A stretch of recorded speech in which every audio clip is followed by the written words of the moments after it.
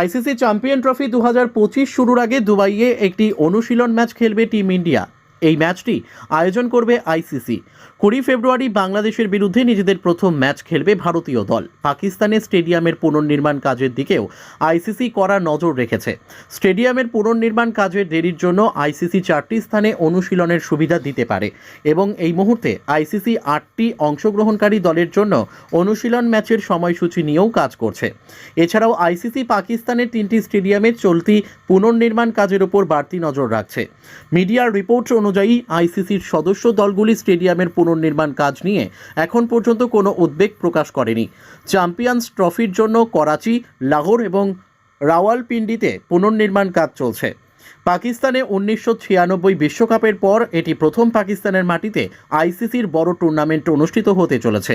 তবে এই টুর্নামেন্টটি হাইব্রিড মডেলের অধীনে অনুষ্ঠিত হবে, যেখানে ভারত তাদের ম্যাচগুলো দুবাইয়ে খেলবে।